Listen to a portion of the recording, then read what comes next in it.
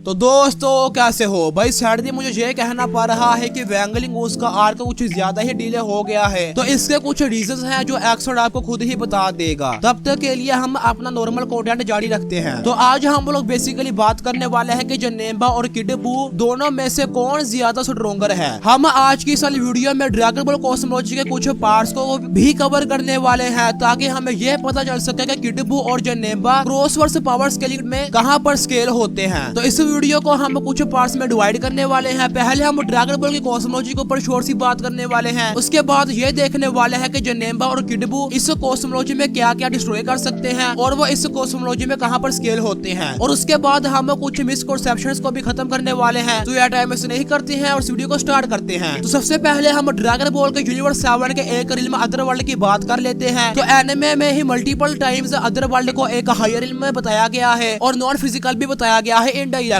तुम इसको इस तरह से समझ सकते हो लाइक अगर मैं किसी जगह पर जाकर उसे होड बोलता हूँ तो इसका मतलब है जिस जगह से मैं आया हूँ वो जगह कोल्ड थी। इसी तरह अगला स्कैन जिसमें आफ्टर लाइफ को ए टेम्पोरल भी बोला गया है इनडायरेक्टली, वहाँ पर भी यही चीज इंप्लाई होती है। समझने वाले समझ गए होंगे वरना डाउन प्लेयर्स को कमेंट में बाहर के ही करेंगे। खैर इन्हीं स्कैन्स में तुम देख सकते हो कि गोकू ने कहा है वो इस वर्ल्ड में सुपर सेन 3 फॉर्म का यूज नहीं कर सकता जहाँ पर टाइम एग्जिस्ट करता है, इसीलिए वो इसका यूज सिर्फ अदर वर्ल्ड में ही कर सकता है। जो फिर ये इंप्लाई करता है कि अदर वर्ल्ड में टाइम जैसी कोई चीज एग्जिस्ट नहीं करती। और हाँ ये हम सब को पता है कि अगर कोई जगह टाइम के कॉन्सेप्ट को लैग करे तो स्पेस के कॉन्सेप्ट को भी लैग करेगी। इन सिंपल वर्ड्स अगर कोई जगह ए टेम्पोरल हो तो वह ए स्पेशल भी होगी बाय डिफॉल्ट, बिकॉज टाइम और स्पेस एक दूसरे से कनेक्शन रखते हैं। तो बूस्ट सागा के एंड में वाली स्टेटमेंट्स ही आफ्टर लाइफ को लगभग आउटवर्सल बना ही देती है और गाइड बुक्स का काम है इस इन्फॉर्मेशन को और ज्यादा अच्छे से एक्सप्लेन करना। Like dragon ball super exciting guide book में बताया गया है कि अदर वर्ल्ड में टाइम का कॉन्सेप्ट ही एग्जिस्ट नहीं करता और यहाँ पर भी तुम्हें गोकू की सुपर सेन 3 वाली बात ही पता चल जाती है। सेम इसी तरह डाइजेंशु में बताया गया है कि अदर वर्ल्ड डायमेंशनैलिटी को ट्रांससेंड करती है, वो भी उस लेवल पर जहाँ पर से परसीव भी नहीं किया जा सकता ह्यूमन वर्ल्ड से। और हाँ जो ह्यूमंस होते हैं वो इनफिनिट डायमेंशनल चीजों को भी परसीव नहीं कर सकते। तो अदर वर्ल्ड को सिर्फ 5D बोलना पूरे तरीके से इलॉजिकल चीज है। और उसके बाद आरपीजी गाइड बुक में भी अदर वर्ल्ड को मेटाफिजिकल बोला गया है जो अगेन स्पेस और टाइम जैसे कॉन्सेप्ट्स के बियॉन्ड होती है। तो अब हमने अदर वर्ल्ड को स्केल कर लिया है तो इसका मतलब है ड्रैगन बॉल के कैरेक्टर्स इससे डिस्ट्रॉय करके आउटर वर्ल्ड लेवल पर स्केल हो सकते हैं। लेकिन अब मुझे पता है तुम लोग ये क्वेश्चन करोगे कि एक 3D बीइंग के पास आउटर वर्ल्ड पावर्स कहां से आ गई। तो ब्रो ये फिक्शन है, अगर तुम इस क्लेम को यूज करते हो तो तुम अपील टू रियलिटी फैलेसी को हिट करोगे। और मैंने इन चीजों को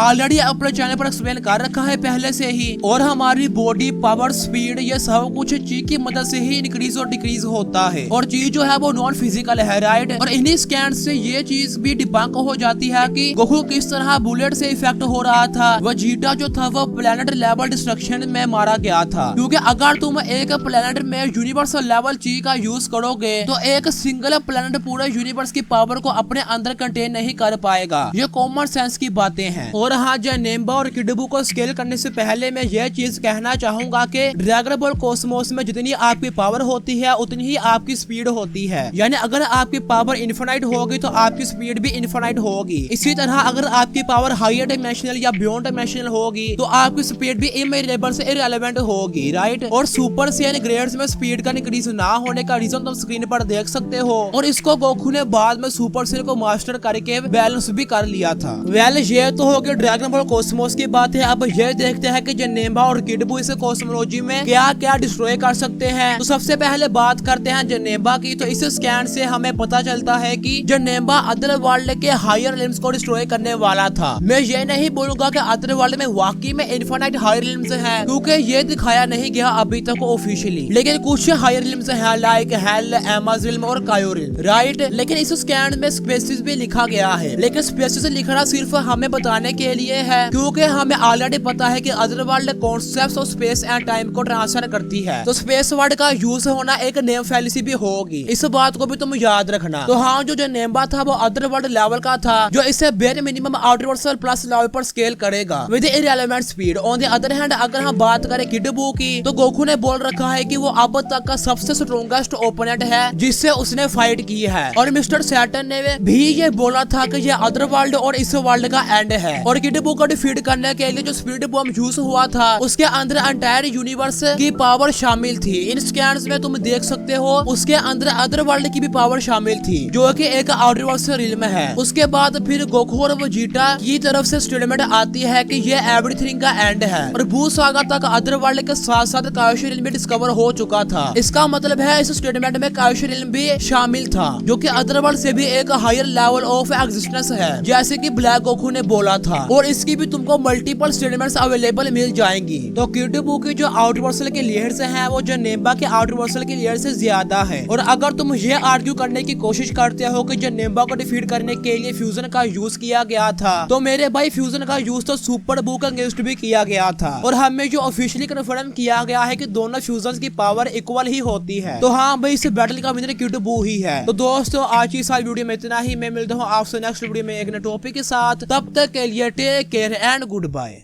हेलो गाइस, तुम मुझे एनालिटिकल बैटल्स जो एक्सप्लेनेशंस वाले चैनल से भी जानते हो, मेरे को तुम एक्सेंट फाइनल बॉस के नाम से भी जानते होंगे। तो मैं तुम लोगों को ये बताने आया हूँ कि मैं एनिमे गेमर्स के साथ एक बहुत ही ज़्यादा बड़ा कोलैब विद ऐसे एक दो और यूट्यूबर्स के साथ करने वाला हूँ। लिटरली बहुत ही ज़्यादा बड़े वाला कोलैब होने वाला है, वो मतलब गॉड टियर कोलैब होने वाला है। और ये कोलैब हमने ऑलरेडी मतलब एक दो और यूट्यूबर्स के साथ भी प्लान कर लिया है, ठीक है। और इस मेगा कोलैब के अंदर हम जो वैंगलिंग गून्स ने पूरा का पूरा ड्रैगन बॉल की गाइड बुक्स को डिबंक करने की कोशिश की है जिसको हम स्केल करने के लिए यूज़ करते हैं, उन चीज़ों को हम पूरा का पूरा ही रिबंक करके रख देंगे। मतलब इन्होंने जो इतना रैटी से आर्गूमेंट वगैरह मारे ना, इतने ज़्यादा मतलब लो से आर्गूमेंट मारे हैं, उन सब लो ब्लो को हम साइड कर देंगे, ठीक है। वो हम अपने आप को हिटिंग नहीं होने देंगे, उनके इतने ज़्यादा खतरनाक वाले रेफ्यूटेशन देंगे कि मतलब भाई ये नहीं बचने वाले। और भाइयों तुम्हें एक और चीज़ बता देता हूँ मैं कि मेरा बिहाइंड द सीन में ऐसे 25% ऑफ द पार्ट कंप्लीट हो चुका है और वो 25% पार्ट ऐसे 20+ मिनट्स का है, ठीक है। तो बस समझ लो बस, ठीक है।